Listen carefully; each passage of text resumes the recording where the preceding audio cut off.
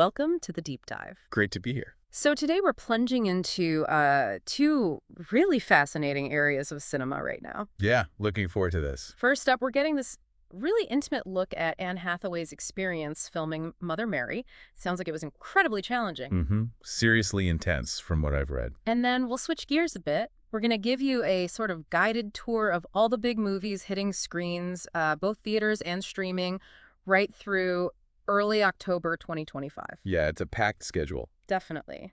So our mission today, pull out some key insights from Anne's journey and, give you a quick, useful overview of what's coming up. Sound good? Let's do it. Okay, so starting with Anne Hathaway, the thing that really jumped out at me was her saying this role, playing a pop star in Mother Mary, was one of the hardest she's ever done. Yeah, that's a big statement from her, considering her career. Exactly. What do you think made this role so tough? Well, a lot seems to circle back to the director, David Lowery. He's got this very specific style.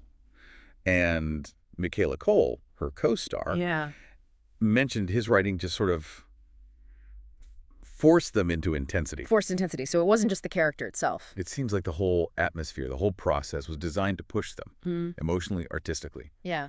And wow, it sounds like it worked. Lowery actually said there was a scene where Anne just broke down. Right, and he compared it to shooting Apocalypse Now. Which is, for a film about a pop star, that's wild.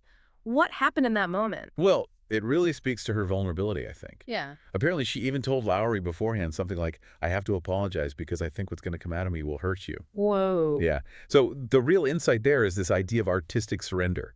She wasn't just acting as Mother Mary. She felt she had to become the material for Lowery to shape. Become the material. That's a fascinating way to put it. Not just performing. Exactly. It's a level of trust and vulnerability you don't often hear about. It goes beyond just, hitting your marks. It's visceral. That's incredible commitment. And what about Michaela Cole's reaction? Oh, that was just as powerful. She apparently just told Anne, I love you, I trust you. Wow. Just what you need to hear in that moment, right? To really let go like that. Absolutely. It shows that kind of bond, that sort of shared space you can create on set when you're pushing boundaries together. Yeah. And Anne talked more about her process, didn't she? Something about being a beginner. She did. She talked about submitting to being a beginner and the humility of knowing you might, suck some days. Yeah, showing up every day knowing you're going to suck, but being okay with it. Right. And she said she had to shed things, hard to shed things, for this transformational experience. It's just really brave artistically, especially for someone at her level. It really is. You don't often hear actors, especially established ones, talk quite so openly about that kind of, intentional failure as part of the process. It's refreshing. And the music angle is interesting, too. Jack Antonoff and Charlie XCX wrote the songs. Yeah, that definitely adds another layer. Should make the pop star world feel pretty authentic. So all this intensity, but she found a way to cope, apparently. A rather unique way. Yeah, apparently Michaela Cole wore her down, as Anne put it. Got her to go to German techno clubs with her when they weren't shooting. No way. From Apocalypse Now on set to techno clubs offset, that's quite the contrast. It really is.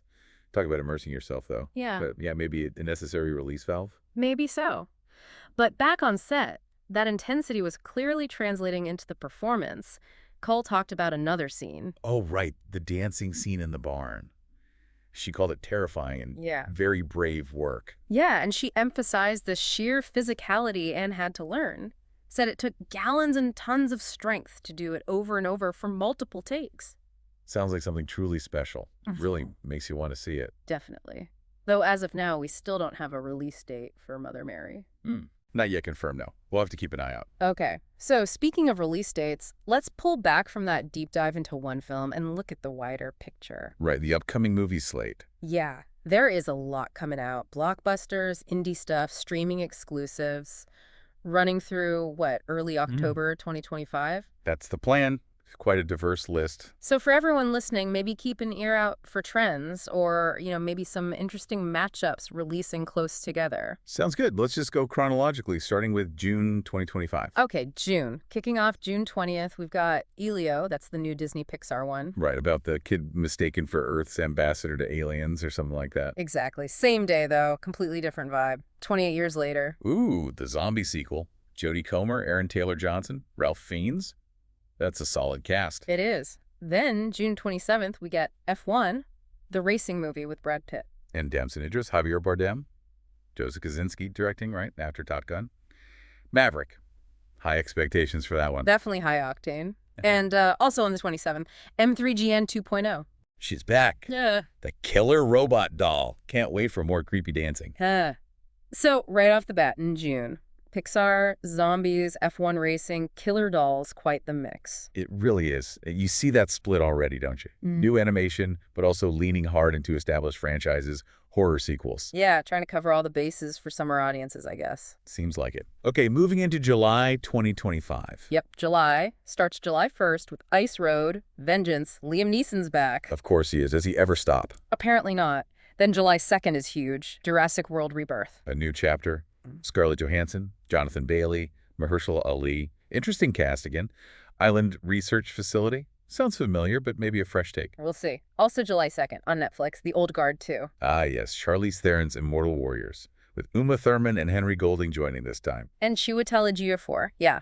And still on July 2nd over on Prime Video, Heads of State. The action comedy. John Cena as the U.S. president. And Idris Elba as the UK Prime Minister. Okay, that could be fun. So July starts very heavy on sequels and established names. Totally. It feels like peak franchise month. Studios are really betting on familiarity. It does raise that question, that contrast with someone like Anne Hathaway pouring everything into one unique, transformative role, while the wider industry churns out sequel after sequel. That's a really good point. The artistic versus the commercial engine. Mm-hmm. But wait, there's more in July. July 11th, the big one, Superman.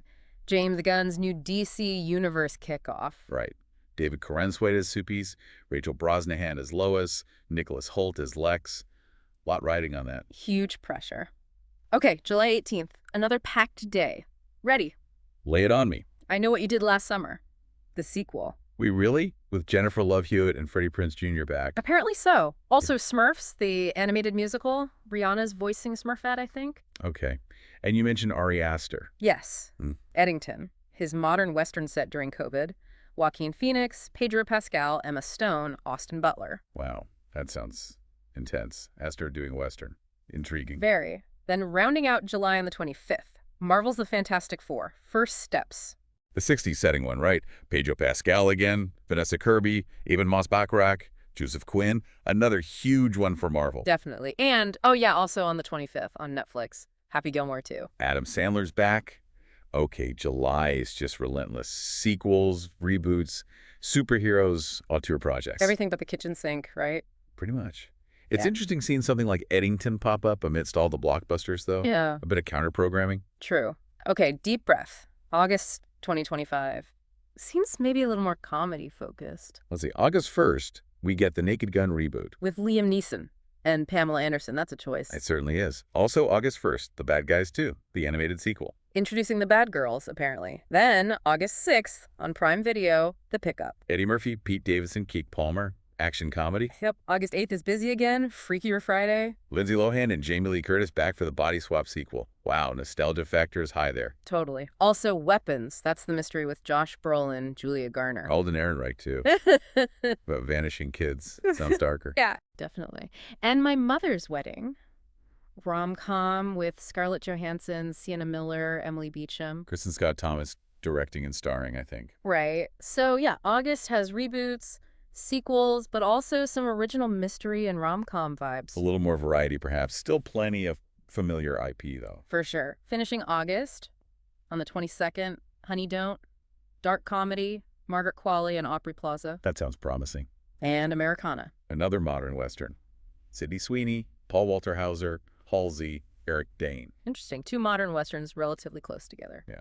And August 29th, Caught Stealing. Crime Caper with Austin Butler and Zoe Kravitz. Okay, a busy end to the summer. Now, heading into the fall, September and early October 2025. Right. September 5th, brace yourself, The Conjuring, Last Rites. Number 9, Vera Farmiga and Patrick Wilson back as the Warrens. The Conjuring universe just keeps expanding. It really does. September 12th brings Downton Abbey, the grand finale. The third movie, saying goodbye to the Crawleys, for real this time, maybe. We'll see. Also The Long Walk, based on the Stephen King book. Oh, interesting. That's a bleak one. Francis Lawrence directing. I believe so. Then September 19th, A Big, Bold, Beautiful Journey. Romantic drama with Colin Farrell and Margot Robbie. Intriguing pairing. Definitely. Okay, almost there. September 26th, Gabby's Dollhouse. the movie. Ah, one for the kids. Based on the Netflix show, Gloria Estefan and Kristen Wiig are in it. Yep. Also on the 26th, The Strangers Chapter 2, more home invasion horror. With Madeline Petch again. They filmed a whole trilogy back-to-back, didn't they? I think so. And finally, October 3rd, Michael, the Michael Jackson biopic. Starring his nephew, Jafar Jackson. Directed by Antoine Fuqua. That's going to be huge one way or another. Absolutely massive anticipation for that one. So looking at this last batch, still sequels, horror, but also that big biopic and the end of Downton. Yeah, it feels like a transition. Yeah. Still relying on proven genres like horror, closing out big franchises, but also positioning potential awards contenders like Michael. The strategy seems consistent. Mix the familiar with a few big swings. Okay, that was a marathon. It really was. So much content.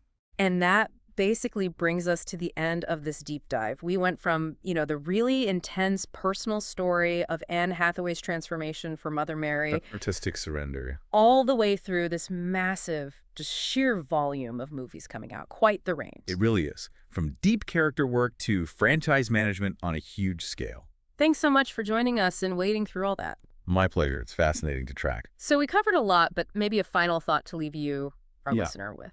Yeah, I was thinking, watching artists like Anne Hathaway push themselves in these really demanding, unique ways, while at the same time, the industry pumps out so many sequels, reboots, known quantities. How does that tension resolve long term? Like, what does it mean for creativity when you have these two powerful forces running side by side, this deep artistic exploration versus the seemingly endless cycle of familiar content? Where do the truly new, groundbreaking stories fit in this landscape? That's a really potent question, something definitely worth mulling over as you head out to the movies or fire up your streaming service. Exactly. Well, thank you again for tuning in to The Deep Dive. Until next time, keep exploring.